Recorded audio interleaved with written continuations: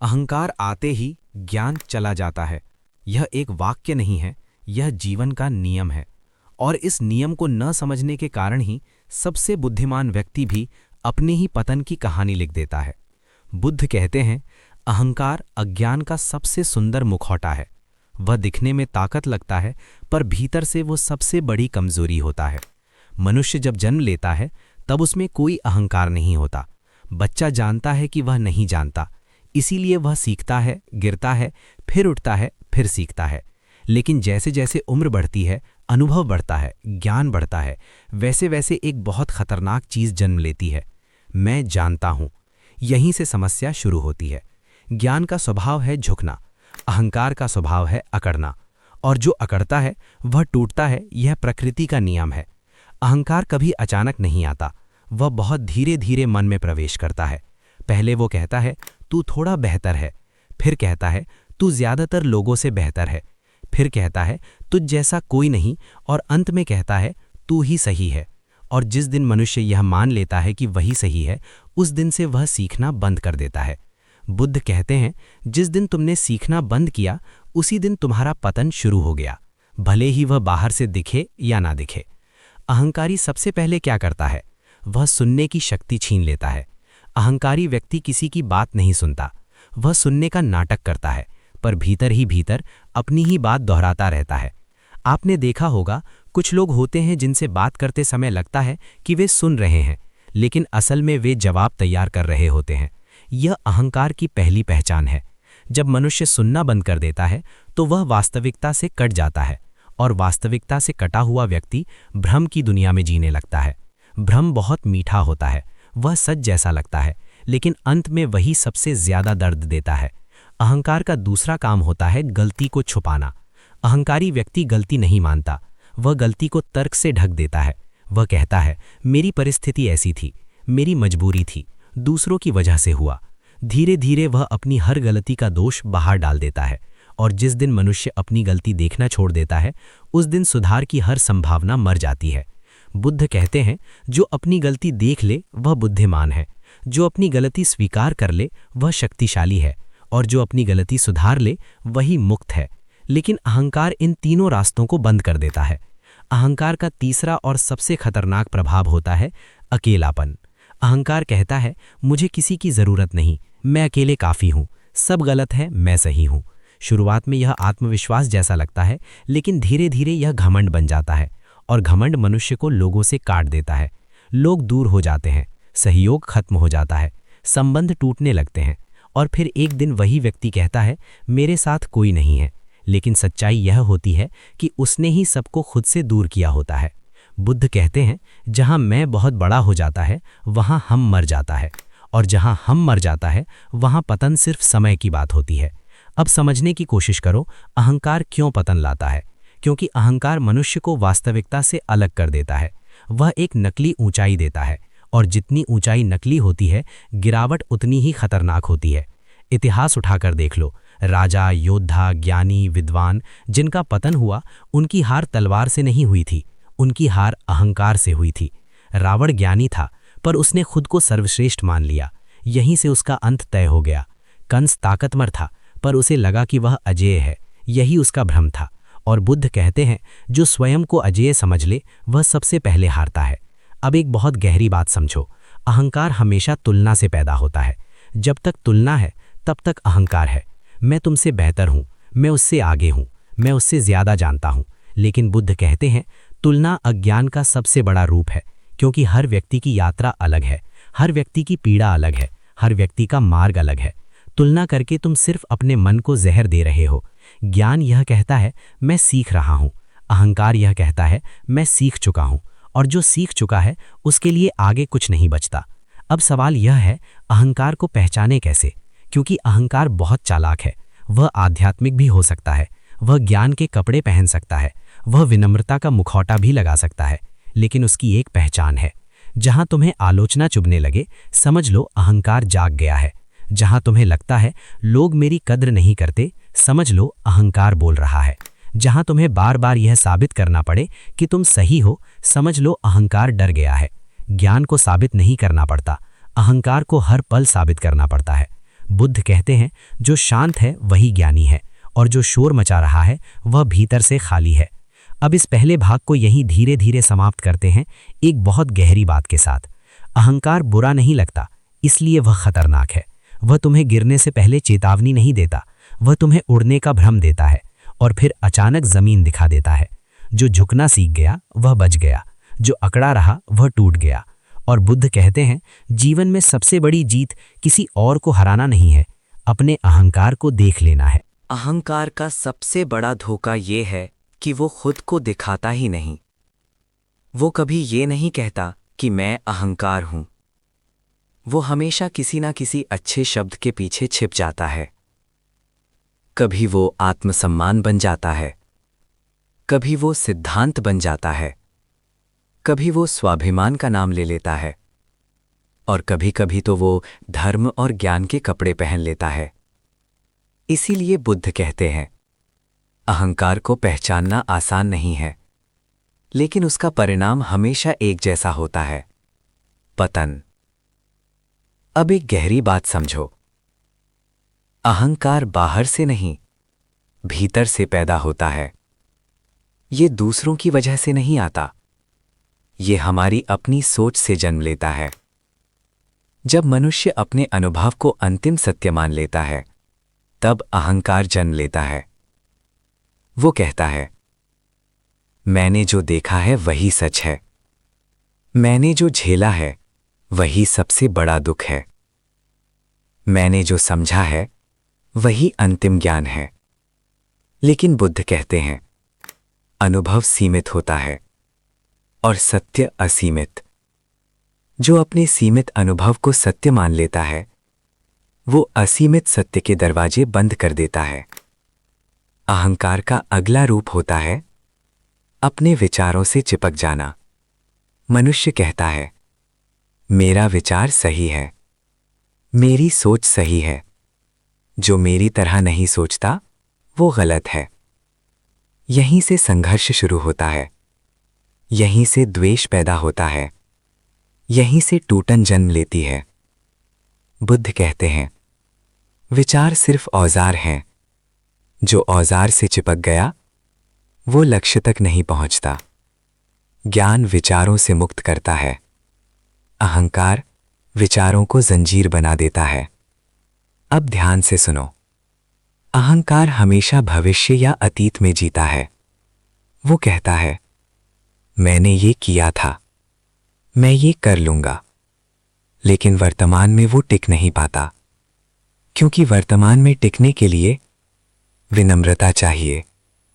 वर्तमान में वही रह सकता है जो कुछ भी साबित करने नहीं आया हो। अहंकारी व्यक्ति हर पल साबित करना चाहता है, अपनी कीमत, अपना महत्व, अपनी पहचान। और जो साबित करने में लगा रहता है वो जी नहीं पाता।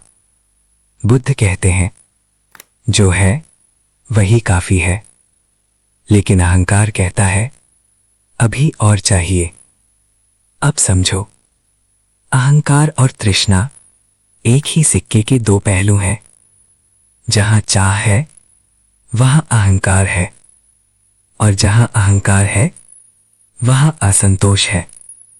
मनुष्य जितना ऊपर जाता है, अगर उसके भीतर अहंकार बचा हुआ है तो गिरावट उतनी ही तेज होती है। इसीलिए बुद्ध कहते हैं ऊंचाई से डरो मत, अहंकार से डरो। अब जीवन का एक बहुत साधारण उदाहरण देखो। जब कोई तुम्हारी बात काट दे और तुम्हारे भीतर जलन उठे, वो चोट तुम्हारे अस्तित्व को नहीं लगी, वो चोट तुम्हारे अहंकार को लगी है।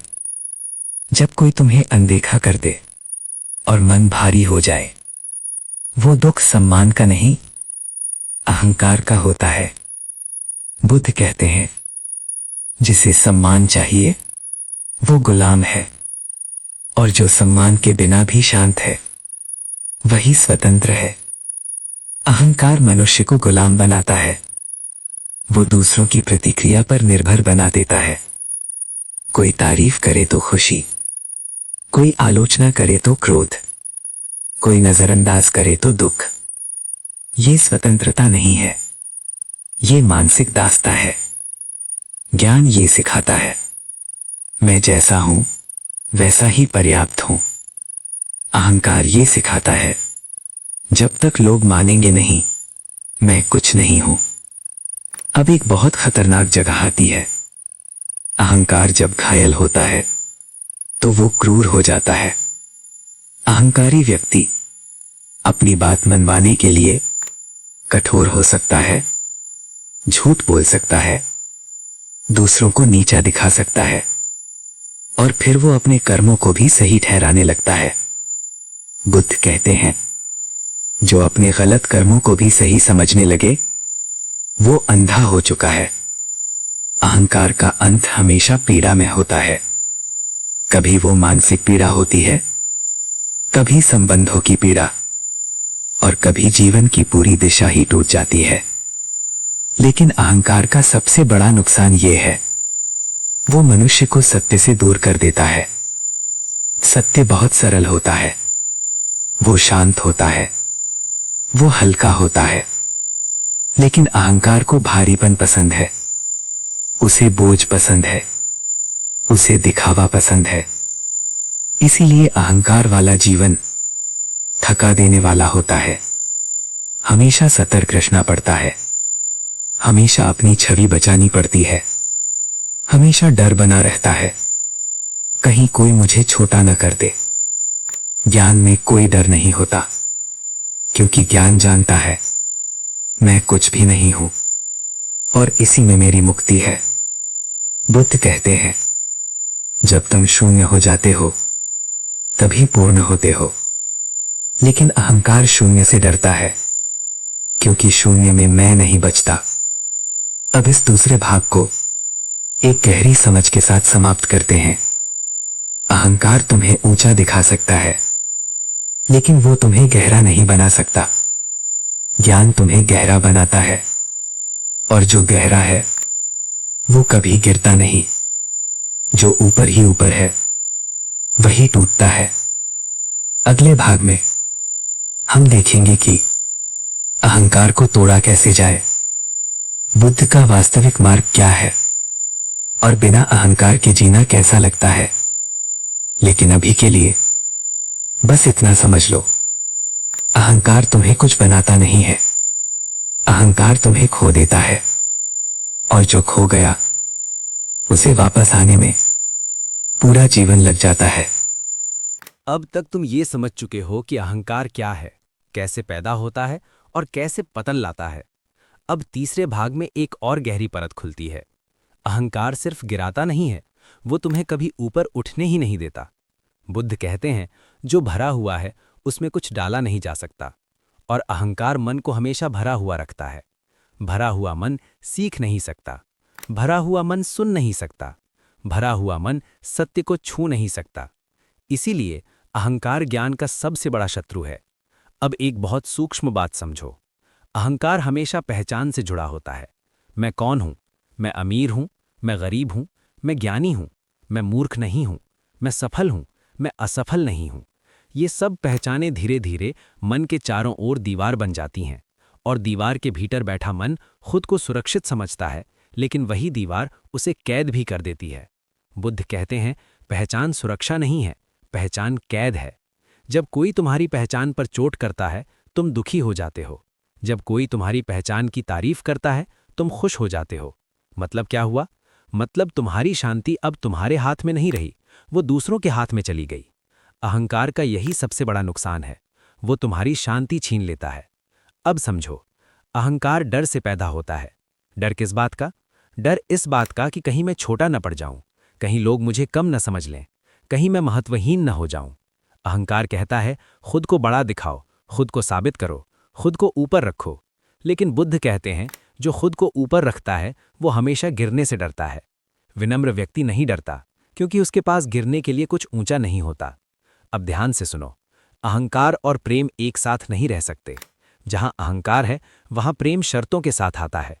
मैं तब प्रेम करूंगा जब तुम मेरे अनुसार चलोगे, मैं तब सम्मान दूंगा जब तुम मुझे मान दोगे। ये प्रेम नहीं है, ये सौदा है। बुद्ध कहते हैं जहां शर्त है वहां बंधन है और जहां बंधन है वहां दुख निश्चित है। अहंकार रिश्तों को भी बोझ बना देता है। हर रिश्ता एक अपेक्षा बन जाता है, हर अपेक्षा एक पीड़ा, और फिर मनुष्य कहता है लोग बदल गए हैं। सच्चाई ये होती है कि लोग नहीं बदले, तुम्हारा अहंकार बढ़ गया।